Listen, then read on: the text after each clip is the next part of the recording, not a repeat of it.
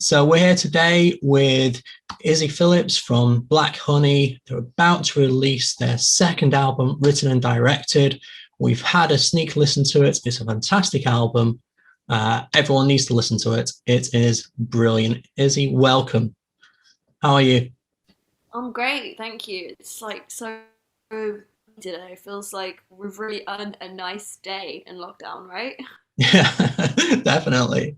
Let's dive straight into your album because we're all excited to hear it. It's out in just a few weeks, out on the 19th of March. Can you tell us how excited you are for fans to hear it? It's exciting because it's the only thing that I can actually get excited about at the moment. Like we aren't playing any shows, like we aren't like even rehearsing. Like I really miss my band at the moment. So having the album coming out like soon has been the one thing that all of us are just like holding on to through lockdown.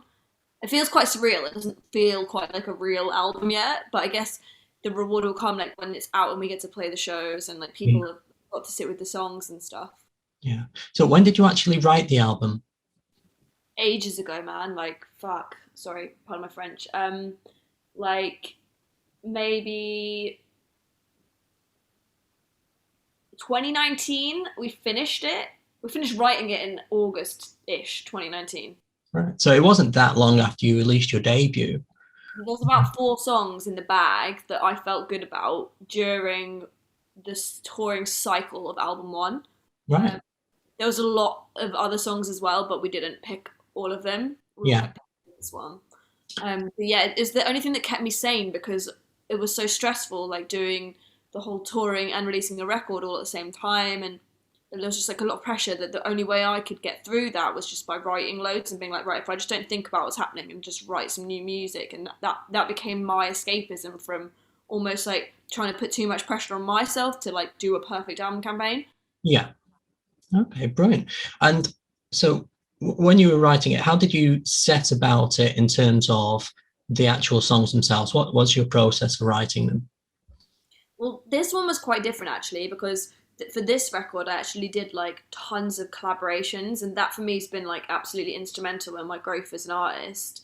I think bringing in like we work with like Carl Barat from the Libertines, like Mike from Royal Blood's always been someone that's like helped me learn about writing and stuff. I think that was what gave us this sort of big breakthrough. Some of the songs that I did with these guys didn't make the cut on the record, but they definitely helped me learn and grow and improve, and it helped all of us have like gave us a new lease of life on seeing us with new eyes. So that was awesome.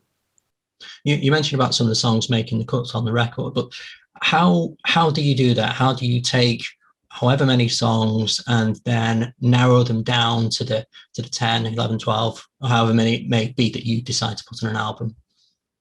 Honestly, like I'm so bad at that. Like I think whatever song I'm working on is the best thing ever, and the song that I've just finished is the worst thing that ever lived. So Yeah. I use Chris and Tommy a lot to help me navigate like if something's actually good or not, and they're really good like listeners and good at like seeing the overall picture, and they were super like kind of in line with certain songs, and then I think there was like one song on the record that like I was like this one has to go on, and it was like track 10. Yeah. And you mentioned about putting it all together then, but how do you put it in order as well? Because one thing I love about the album is it flows so well.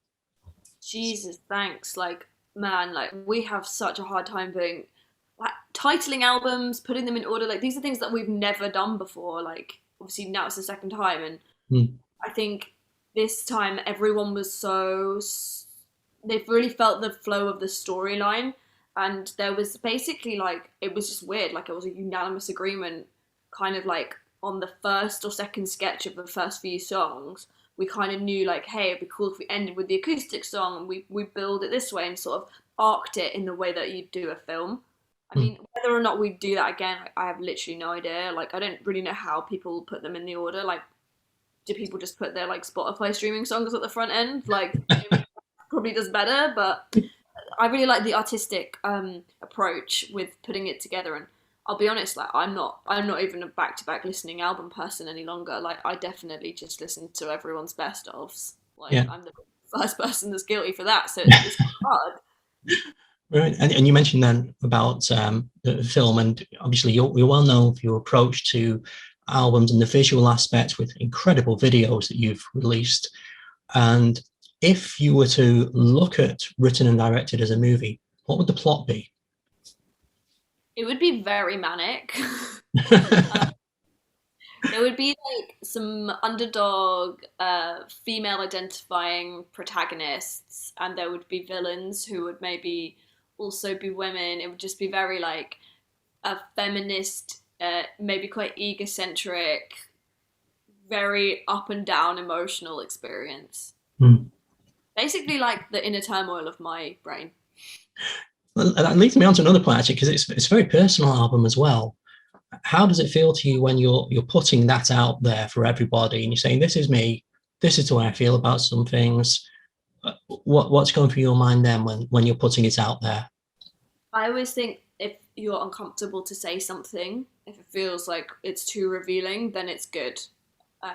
That's always been like a way that I lead in with my approach. It's still scary. Like I listen to it now and I hear so much intimacy and honesty. But I've always been quite an honest writer, and in a way, this one had more um, concepts or more. Maybe I stepped away from a story on certain things, or just like embodied a character. Whereas I feel like before I was actually writing literal things about my life, somehow it's become more personal and a whole lot less personal at the same time. So it's been really interesting to see that, though. I know that there's a song on the record that's called it's called, oh my god, my brain's like not even working. It's called "Do It to Myself," and that one is like the one that I'm like, wow, who's on? Like I don't even recognize myself on it. Mm. Right. And so the first time you actually listened back to the album once it had been completed and recorded, what were your thoughts then? Um, just like make it sound good. I think by that point everyone's agreed on the song choices, and I didn't necessarily have that insight into it being such a kind of unveiling experience until reflection. And I think when you reflect on stuff later, you think, wow, there's so much honesty there that I didn't really realize at the time. And I think your subconscious does a lot of games with you at the time. You kind of get convinced that it's a fictional character, like it's not really how I feel, and then afterwards you're like, okay, no, that is someone that like needed some help, that was having a hard time, and like definitely in lockdown I've had so much time to reflect that I'm meeting a whole different me now, and I'm looking back at an old me and Yeah. thinking, God, you're right, hon. Okay. Right. Well, the album, as you say, is out 19th of March. It's an amazing album that everyone really needs to go and get and listen to. Can you just tell us what formats it's out on and what merch there is to accompany it? So we have four different versions of the vinyl pressing. One of them is with Dinked, which is already sold out. One of them is with Blood Records, which is in the form of a zoetrope. So it's like when it spins, it creates a pretty picture. And my favourite one is the Blood, Sweat and Tears edition, which is where we actually went and pressed our blood, sweat, and literal tears into the vinyl, which was a fun day. And Amazing. that's like there's a bunch of cassettes, downloads, Spotify. It's available everywhere to stream, and yeah, t-shirts, anything you like. Brilliant. Well, Izzy, thank you so much for your time. Good luck with the album. I'm sounding like a broken record myself here, but it is brilliant, and everyone really needs to give it a listen. I really appreciate it. Thank you so much. Thanks for your time.